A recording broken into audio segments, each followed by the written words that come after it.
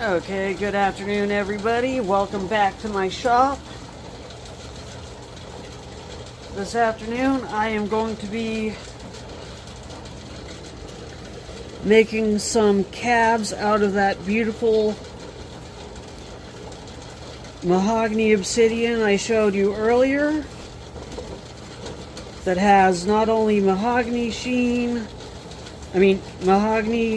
obsidian in it, but it also shares the features of another type of obsidian. It has a sheen like gold sheen. I will wet down the slab and show it to you now. You'll be able to see that it's, some people have called this tiger sheen,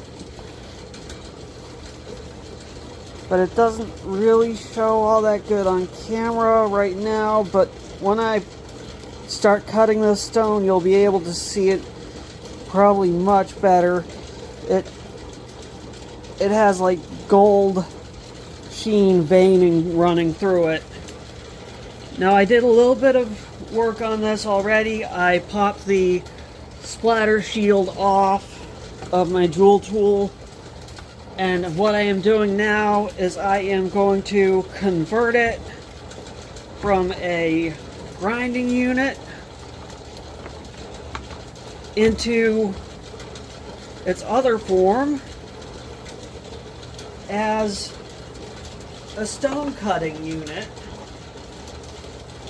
with a stone saw and splash guard. This is also an attachment that is made by the makers of jooltool, the official system, and they sell this online as an add-on. So it is available on the market to buy as an add-on for this system. It has a little water reservoir. I will shift this now so you can see from the other side. It has a pin that goes in and a little water reservoir, and I'll be pouring some water into that.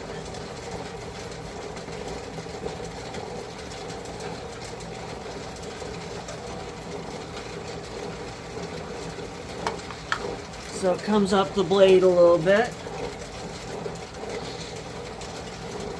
and that will keep the saw blade cool while I'm cutting the stone with it.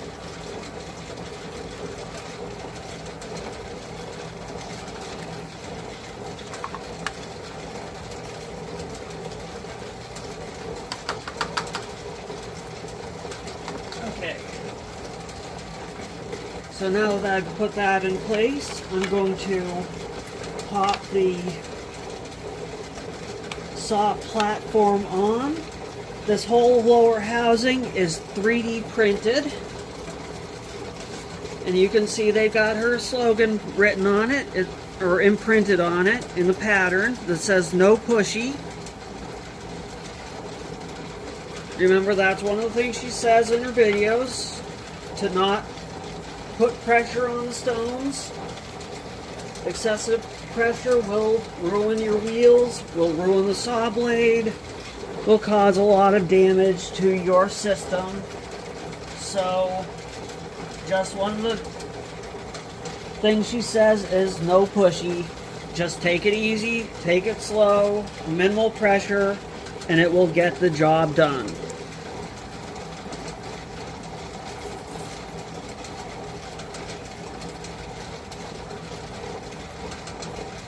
That being said, here we go. I'm going to power on the system and get this saw blade running. Looks like I put a little bit much water in there, probably because I did not take into effect that this guard goes down into the reservoir. So it takes up space in there, and I did not leave space for it so it got too much water in it.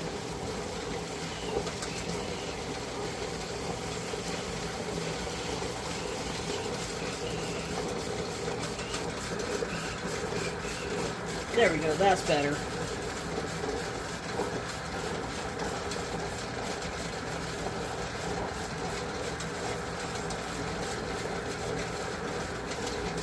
There we go.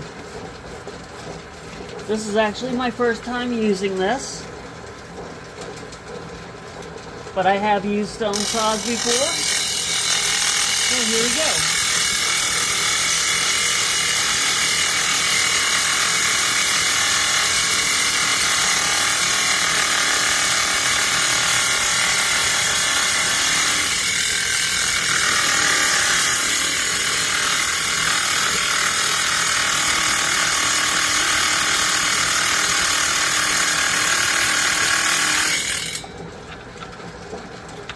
Okay. Is it dry already?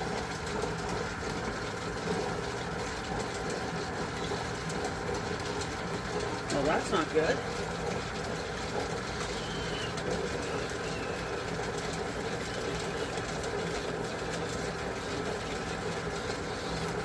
Put some water back into it.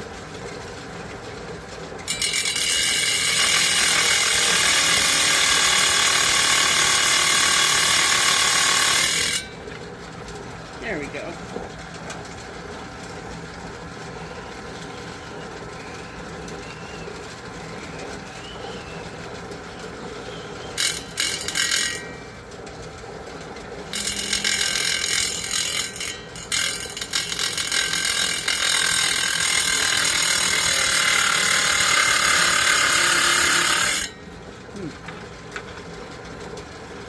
It's kind of kicking up either a lot of dust or smoke here.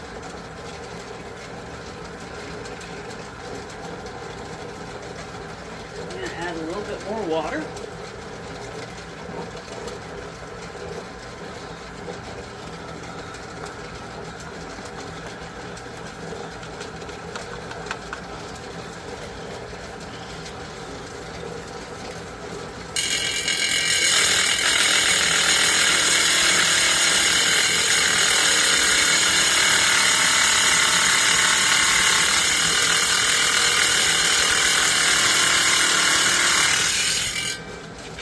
There we go.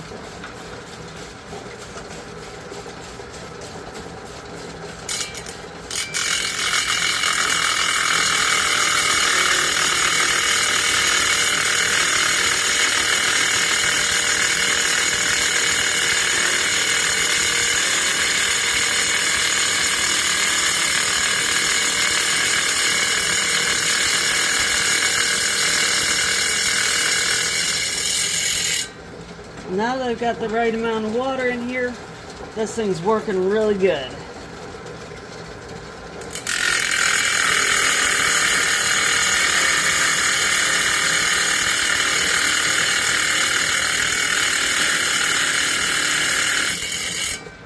Oh, time to add a little bit more.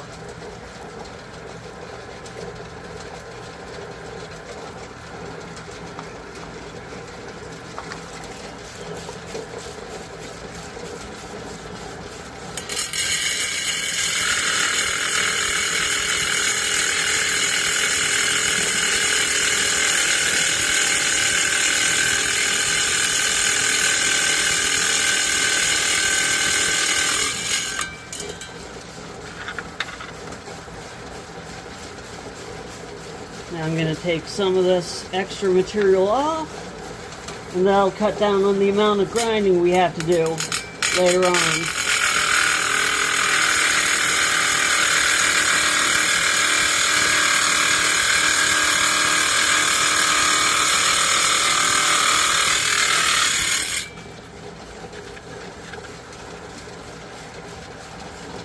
And also these scraps are going to go into my tumbler food bin.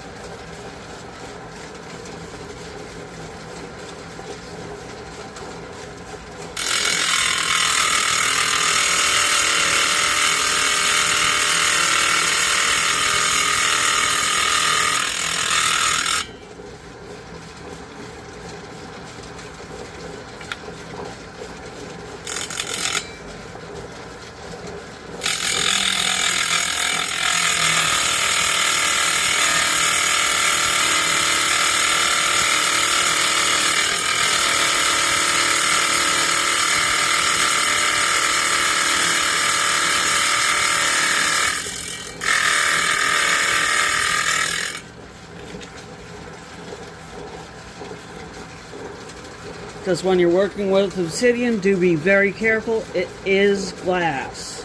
It is volcanic glass, but it is still glass. So rough edges, shards can cut you.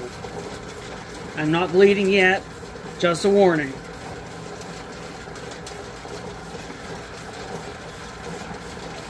Okay, that section is done. So I'm gonna stop here and I'll cut these out and then I'll resume the video with grinding of this piece.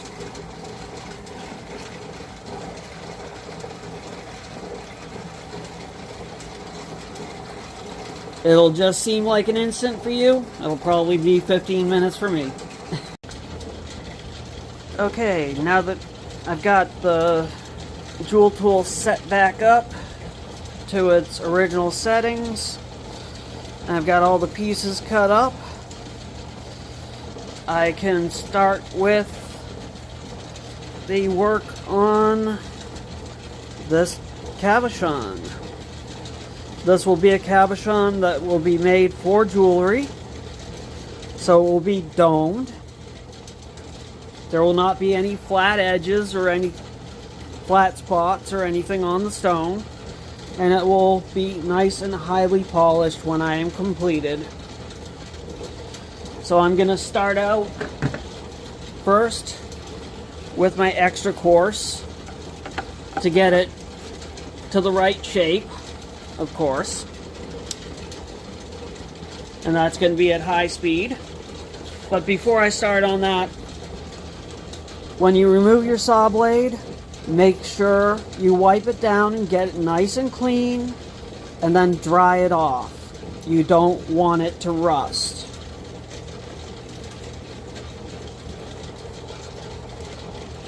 And if you notice this tumbler in the background is not running, that's going to get the bloodstone that I showed off this morning when it gets time to run.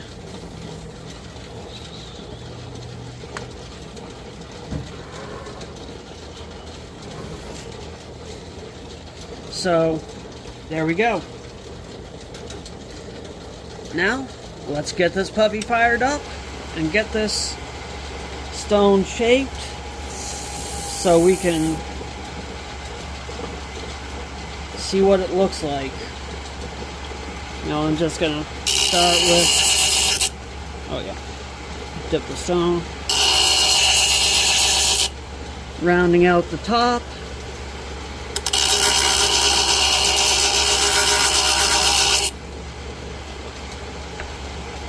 Flattening the side. Getting nice and flat. So when I was telling you no flat spots, I meant, of course, the dome will not have any flat spots. I want the angles on the cut, the sides, to be nice and straight going down.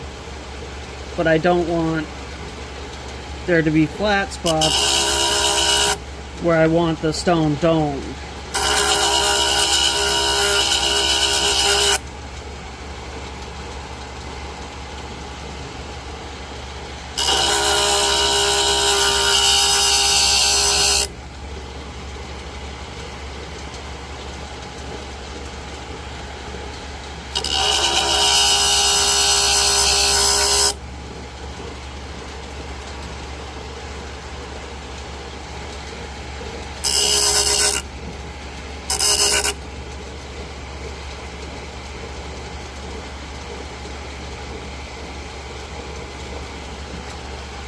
The art of doming and adorning oneself with domed and polished stones has been around since the Stone Age.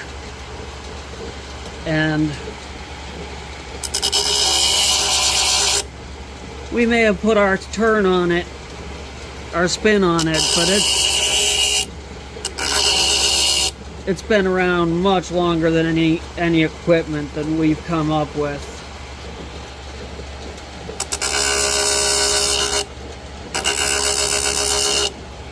to do our trade.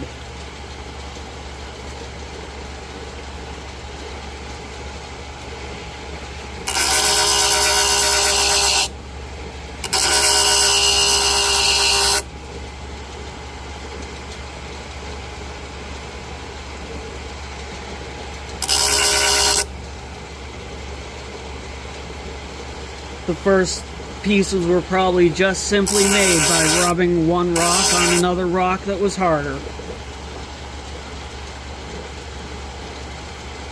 until it was worn down smooth.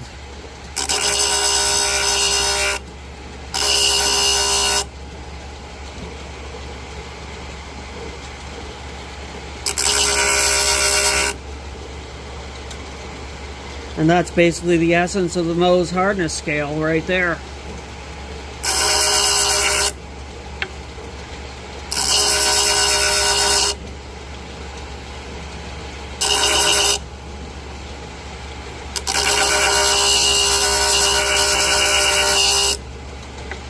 It's not how durable a stone is.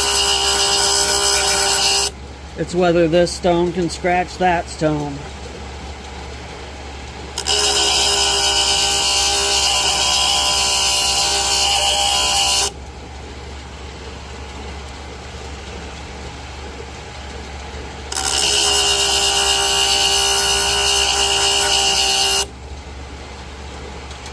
And a lot of people confuse the two, hardness versus durability, and are convinced that you could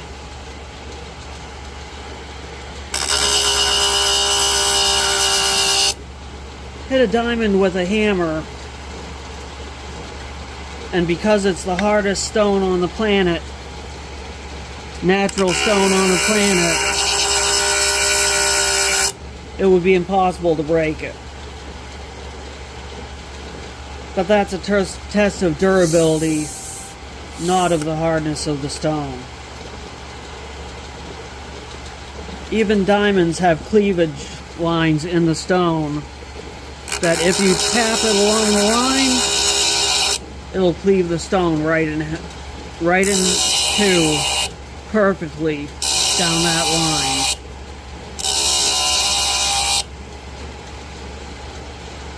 Just like splitting a calcite crystal in two down its perfect cleavage planes.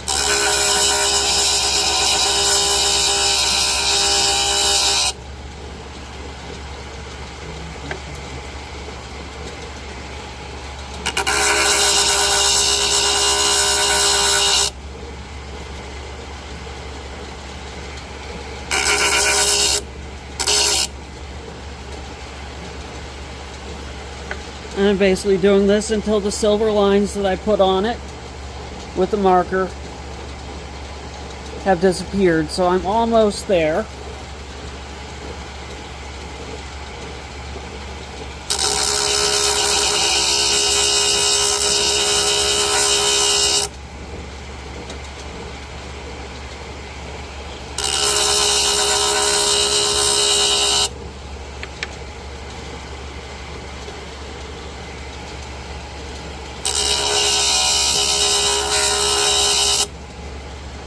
I do have to say though, those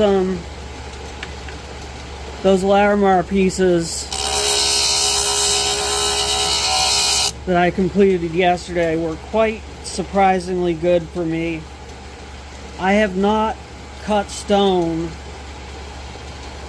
in about 10 years. I was diagnosed with nerve damage in my hands, irreversible nerve damage, after a mistake a doctor made. And I sold all my gemstone cutting rough and slabs, and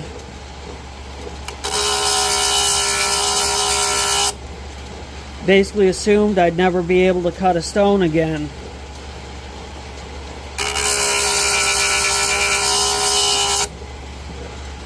and I was living down in Southwest Florida, so I started fossil hunting and just focused on that for years and years and years. Now that I moved here to the Portland area,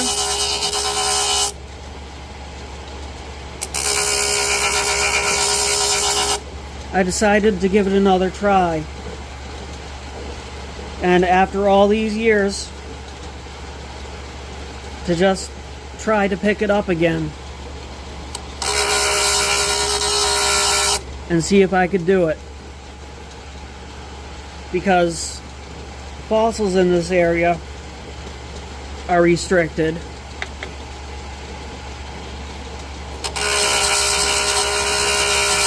But there's great crystal and mineral stuff out there to be found. Oh, there's some of that sheen down in the lower area, if you can pick that up. But so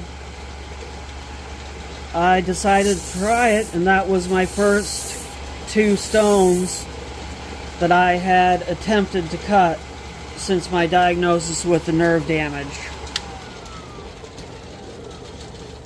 Now, they may have already been roughed out most of the way to look like this, but I was still impressed. So that's why today I'm starting from a new blank canvas to give myself the real test.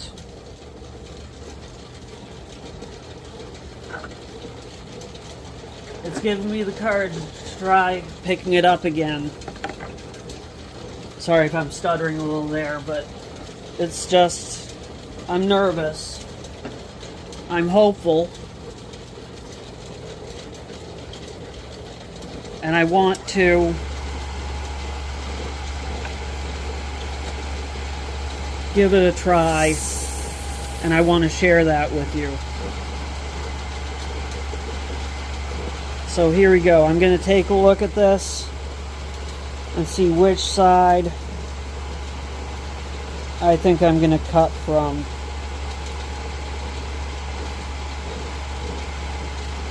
Okay.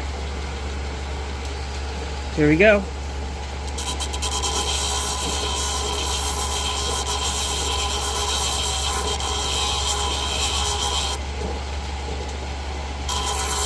Here we go. Of course, I learned how to cut stone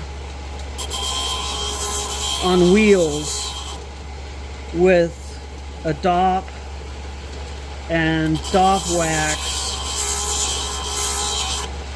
So this system is actually quite different than what I learned on.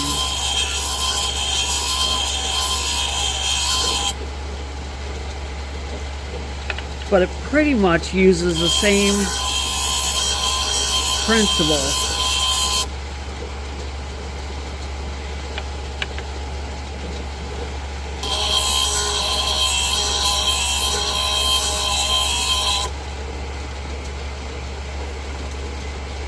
So I believe that if I just apply the basic knowledge that I picked up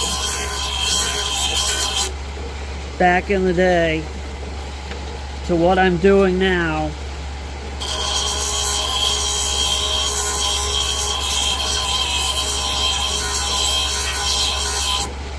you know, I even worked those stones from yesterday all the way from coarse. So there was a full chance of them ending up with flat spots and abnormalities.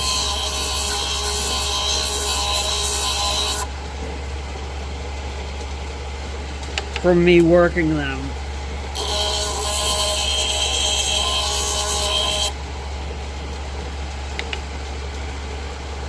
But one of the reasons why I'm doing these videos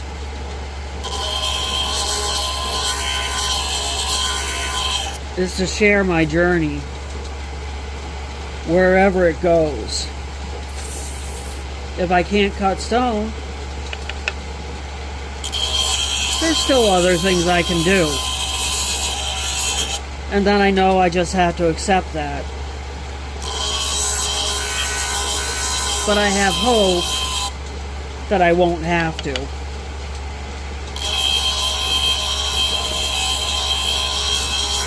And that video yesterday gave me that hope.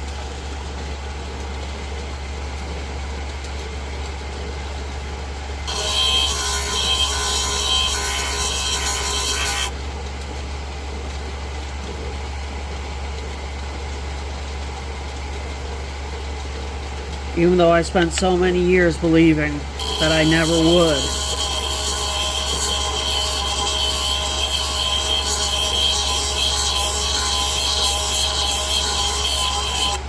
And telling myself that there was no hope.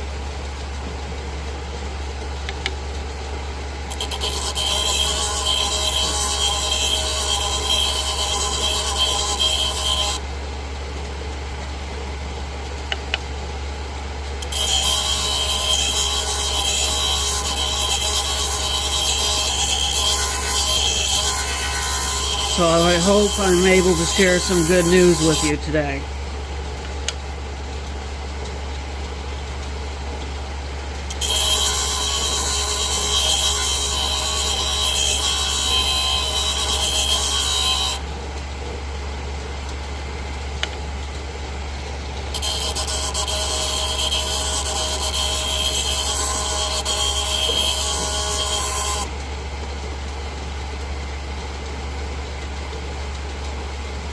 I'm sorry, as I see this coming together, I'm starting to get choked up.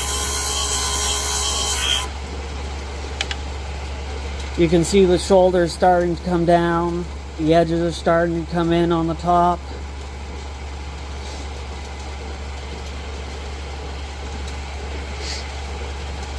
And just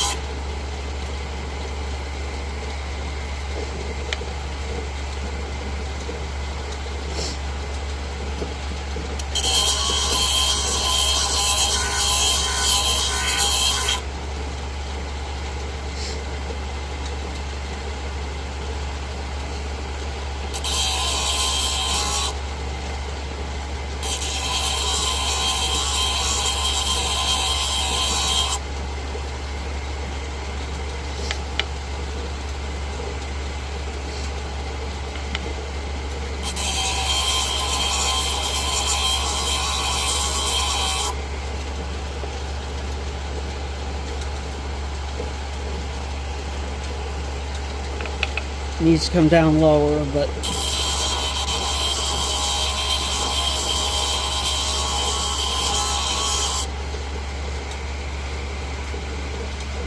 it's really starting to look good.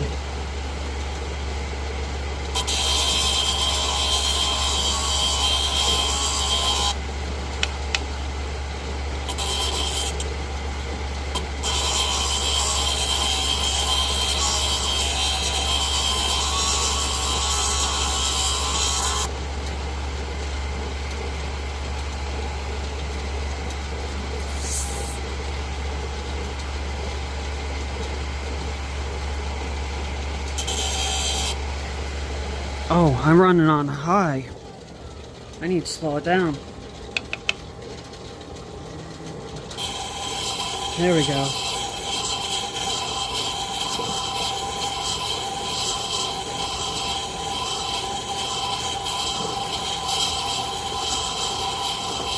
I was in danger of burning out my wheel there.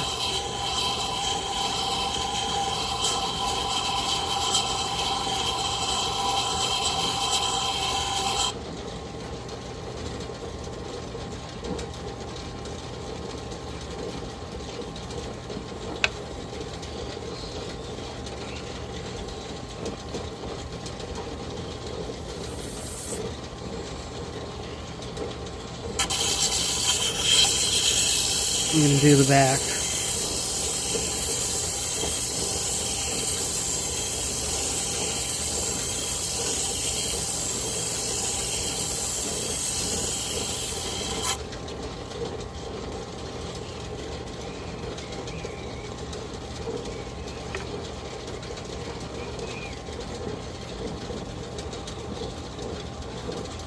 See, I've still got a big flat spot in the surface, but the shoulders are starting to come along nicely.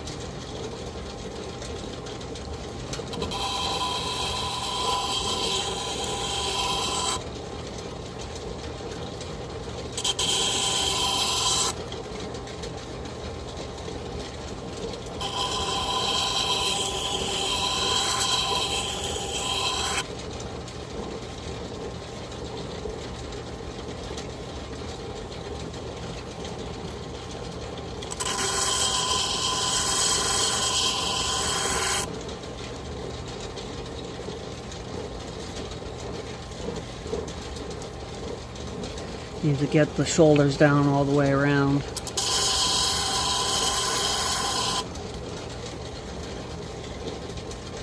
To the same level.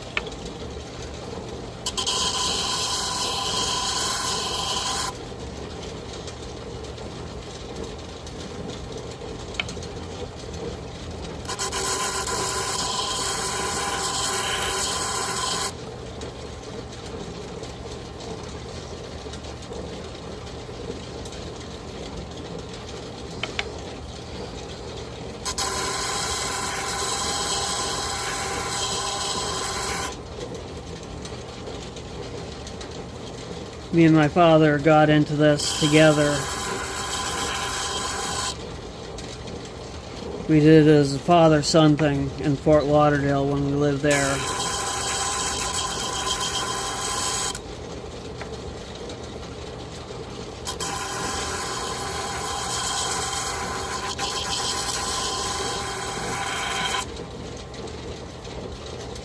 I was in my early 20s at the time.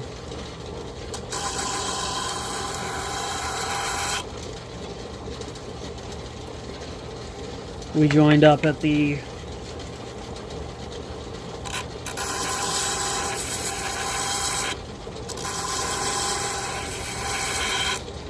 Gold Coast Gem and Mineral Society, and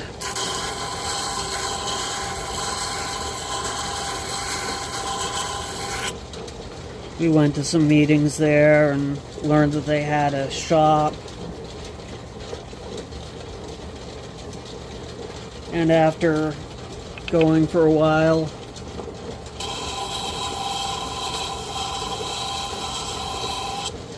we decided to go together and learn how to cut gemstones.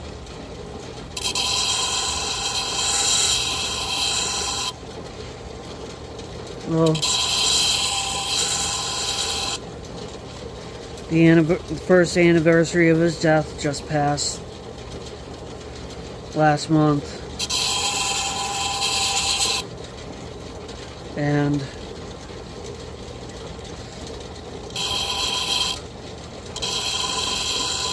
there were times we butted heads and argued. He got real mean towards the end.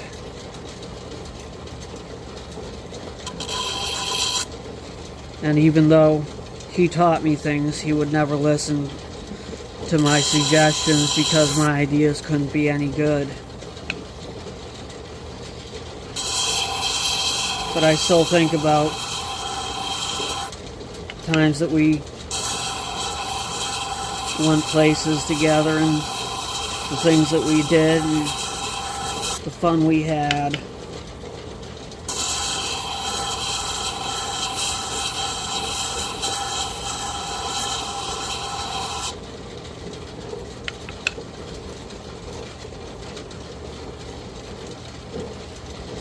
because growing up, he was really super nice.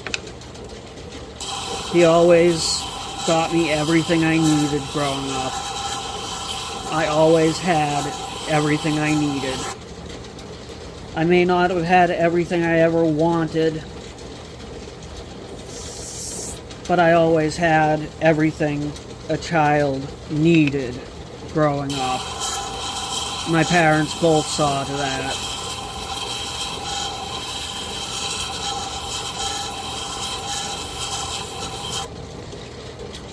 Kids these days that think that their parents don't love them because they don't get the newest gaming system.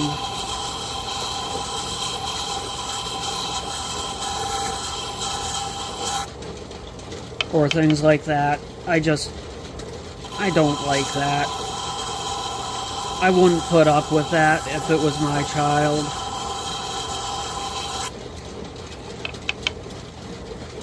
I wouldn't cater to that. Personally, I had it really good, but it's just, there's a point where getting a child everything they want and need ruins a child. They no longer have the urge to make themselves better, to go out with you and learn a trade,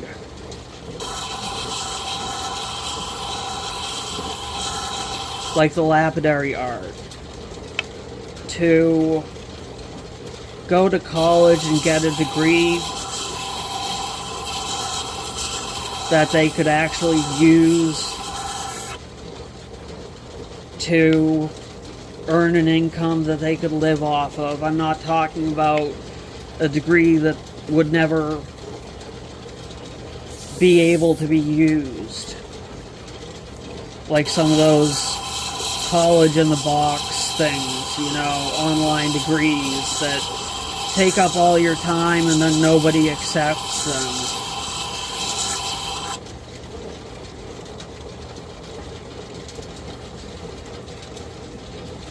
And places like that are a dime a dozen. If my mindless going on bothers you, please don't go away. Just turn down the volume. I tend to go on about things. I'm old-fashioned.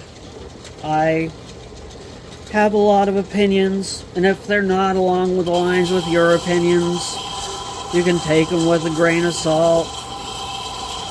I won't get into politics. I know that's not everyone's cup of tea, and a lot of people would think differently than me. So I make a point not to talk about politics.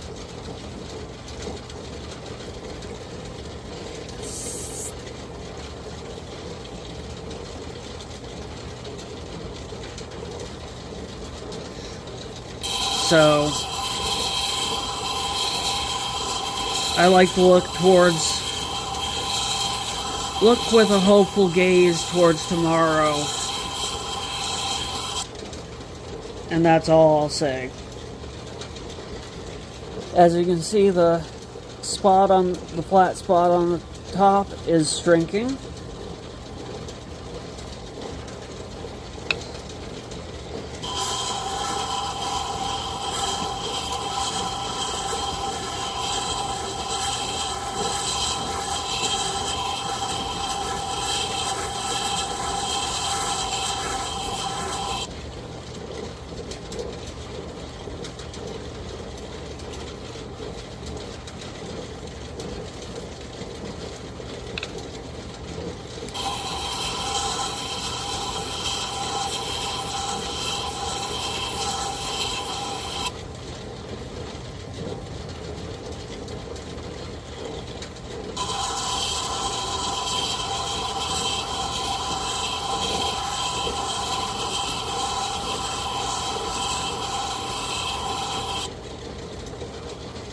These days I just hunt for minerals, get into shows when I can to sell my goods. I buy and resell minerals. Sometimes I buy a mineral to replace something in my collection with something better. I sell the thing that I replaced with a better specimen. I buy things to resell. I'm not ashamed to say that. But typically I don't buy things that I find. Sell things that I find. Here in Oregon, I've learned that there's a lot of rules and regulations about things, where you find them and what you can do with them. So it's just safer to, unless you know for sure that you can sell it, to not sell it.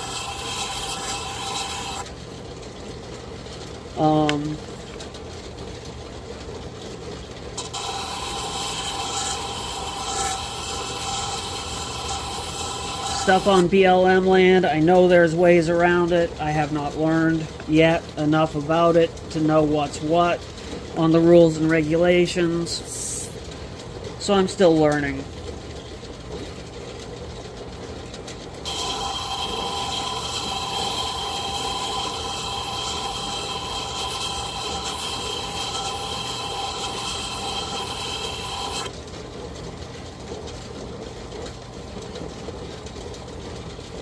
One of the things I labeled myself as in Florida when working with the scientific community and the museums was I labeled myself an eternal amateur paleontologist, because there were those among us that were labeled as citizen scientists and, avocational paleontologists, which were basically, people that were recognized in the field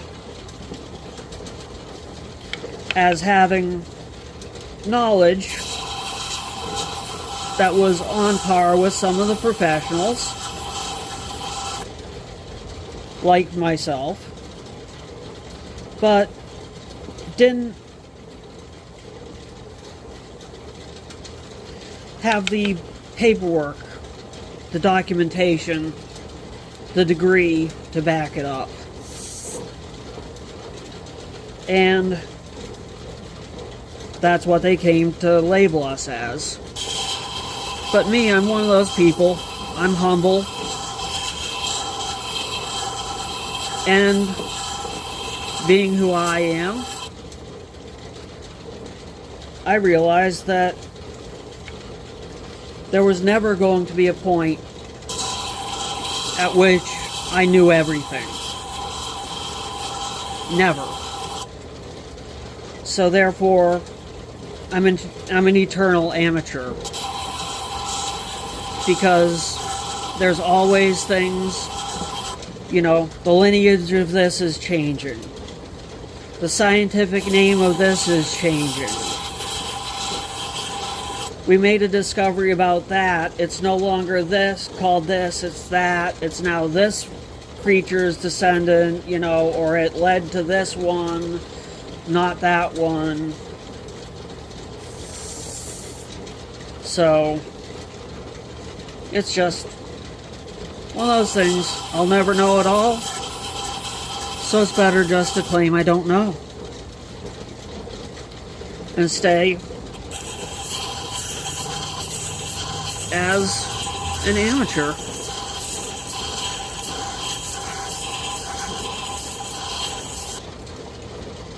I came close to having my name in publications a few times, but never quite made it.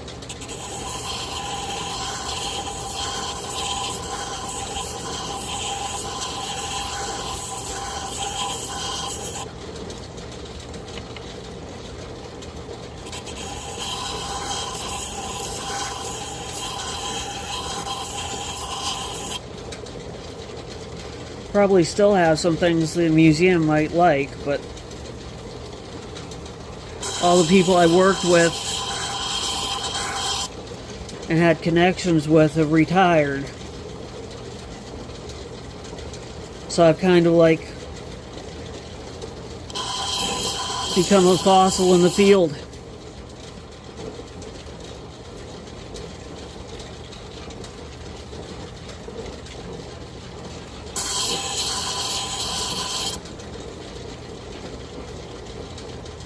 Ahead of my time. And there we have it. It's roughed out. You can see some of the sheen in there. And the mahogany.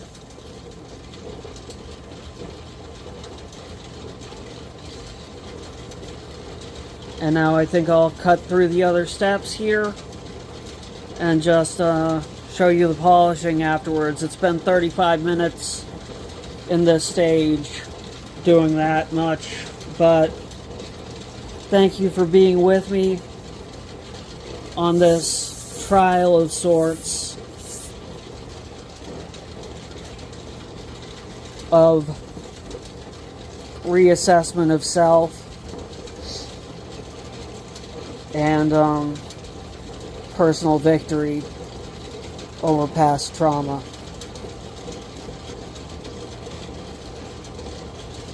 I'll be back when it's polishing time. Okay, here we go.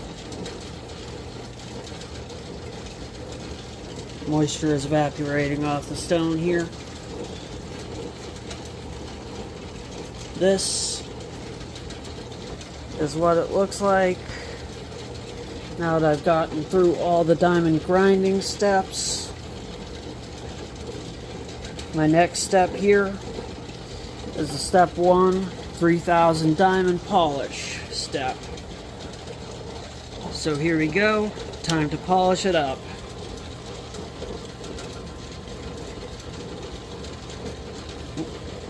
Gotta turn it down to slow. Not stopped, but slow.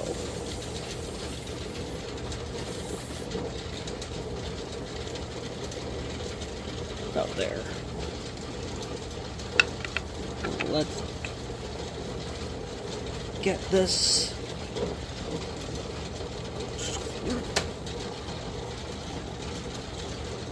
Good thing it landed in a box of papers I have down here and not on the concrete floor.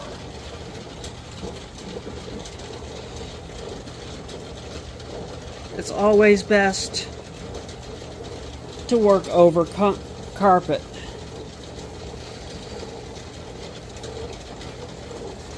Yes, I would cry if this hit the floor at this point.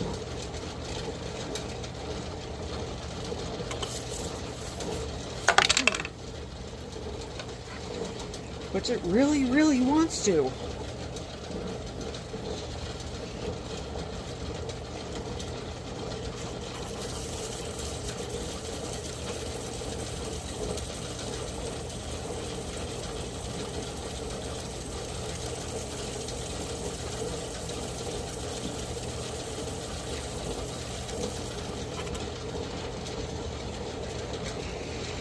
Oh yeah, you can see that sheen now. That's the gold sheen coming out inside the mahogany.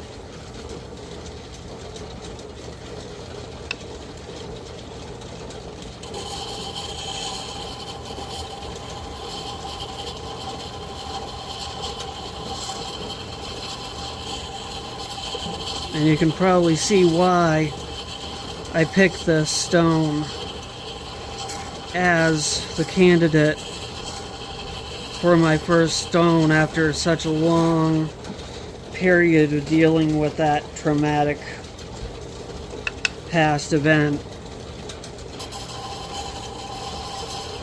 It's like a fire lurking in the darkness.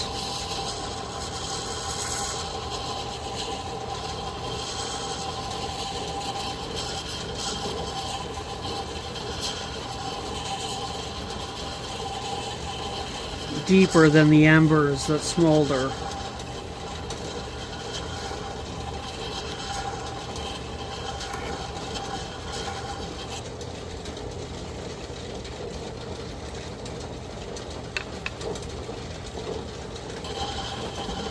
That's why I chose this stone.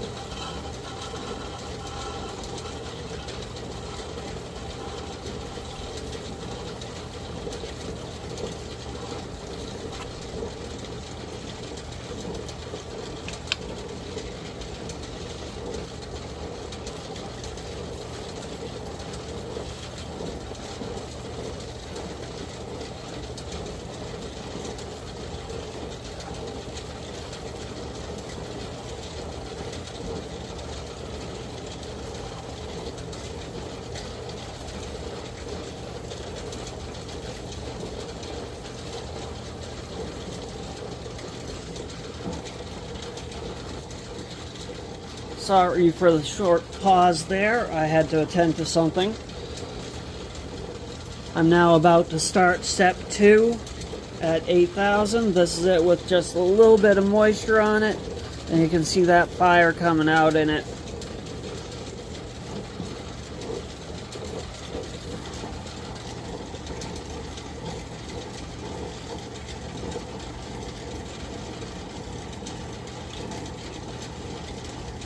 In the lower half. So let's continue this.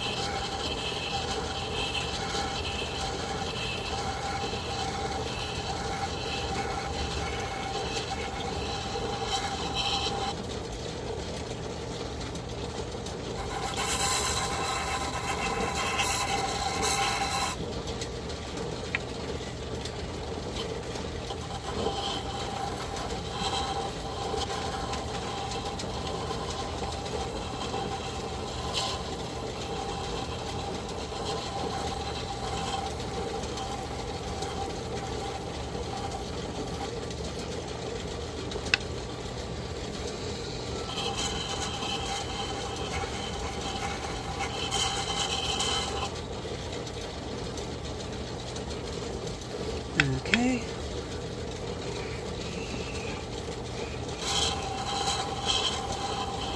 It's getting glossier and glossier.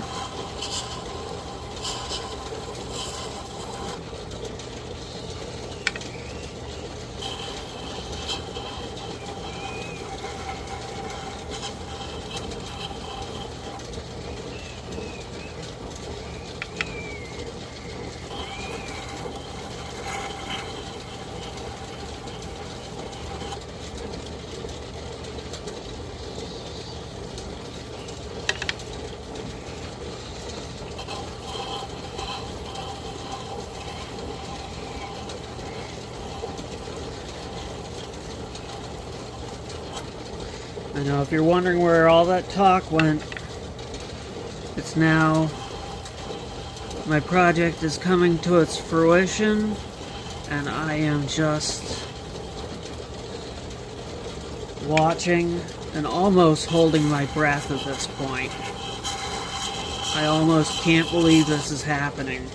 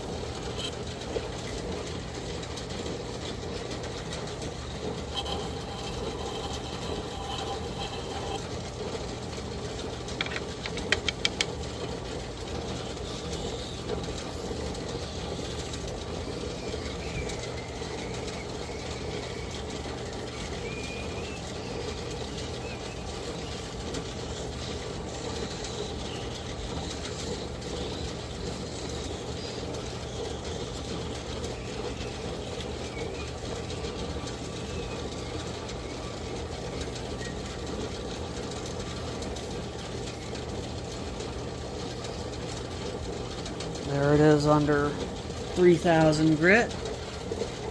I mean 8,000 grit now. Next one's 50. and it'll be done.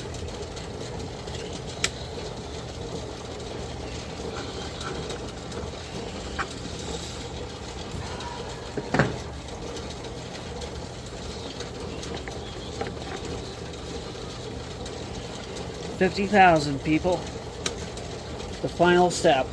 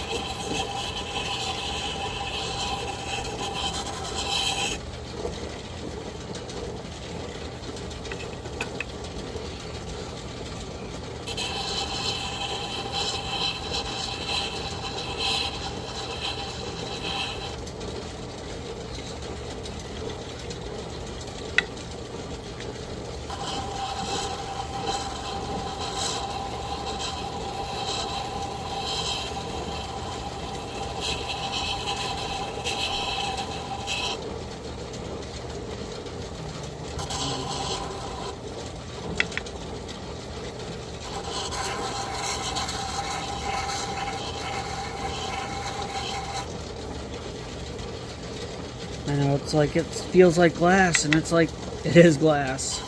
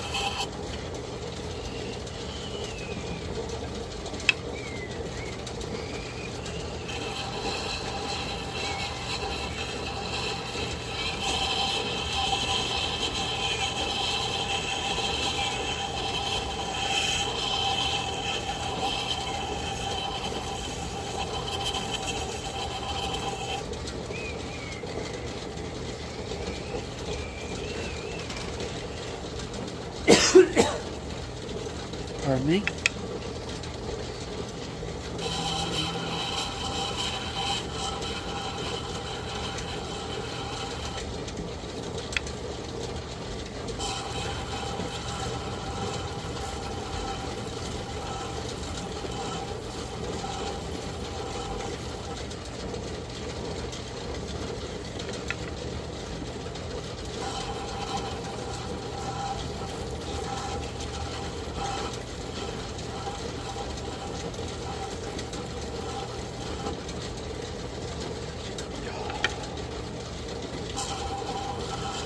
Getting slippery.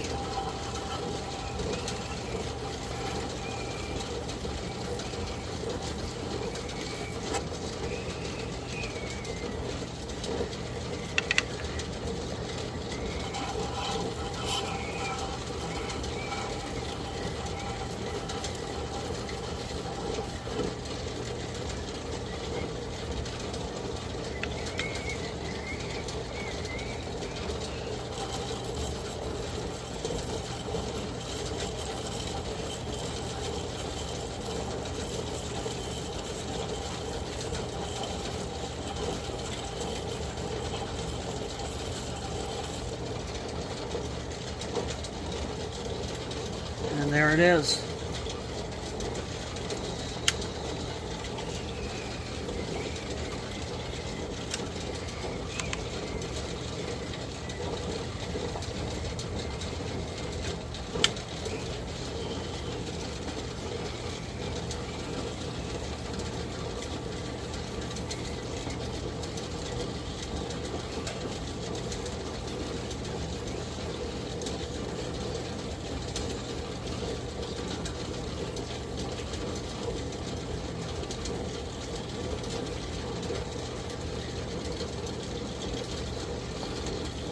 Looks like it has a bit of haze.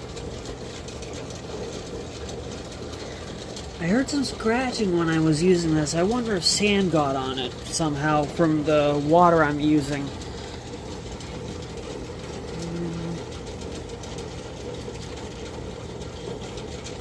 Yeah, because it looked shinier than this in the previous step. I'm betting I have contamination in the water.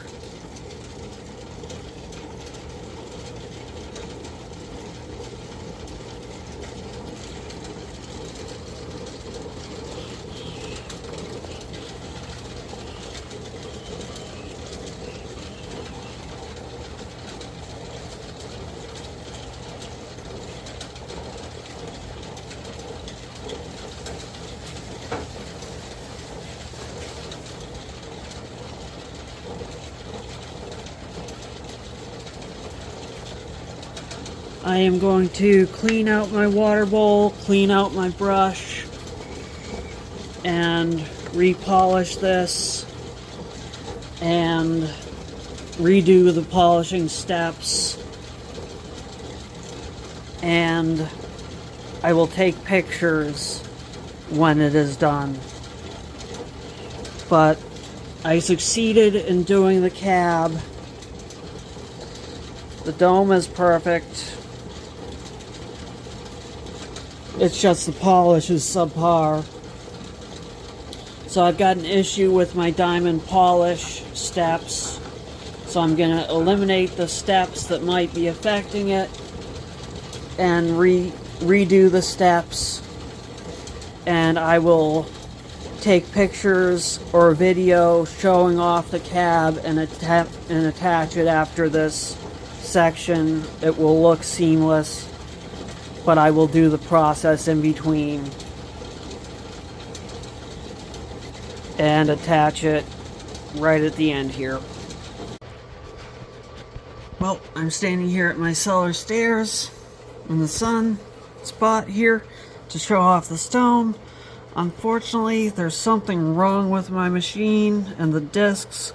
I ended up with scratches and some dull spots, and that's unfortunate, but the proof is that I can do it. And here's the gold sheen within that piece of mahogany obsidian that I cut. The back has all sorts of scratches, so I wasn't able to polish it up. But yeah, it's really beautiful stuff. I've heard this called tiger sheen obsidian, but I haven't been able to search it up by that. But it is absolutely gorgeous, and I've got like 3 slabs of this material. 2 big ones left. So that's my success, my milestone. And when I get in touch with the company and get an idea of what's wrong with my wheels and whether I need to buy new abrasives or not, and get them fixed and done with, I'll get pictures of the cab done, and I'll probably get that made into a piece of jewelry for myself to wear. But I hope you enjoyed my things today that I did. And some of my next projects, I've got some plume agate pieces sketched out. I've got a piece of rutilated quartz here in the works, ready to be trimmed down. And I've got some, this looks like Maury Mountain. It's Oregon material. It's orange and red plume agate. So that should be really nice. 2 big pieces, and they will be this size and shape. So thank you for watching my videos today and being with me on my breakthrough. Now I'm going to go out and celebrate. Have yourselves a great rest of the night. And I'll catch you tomorrow.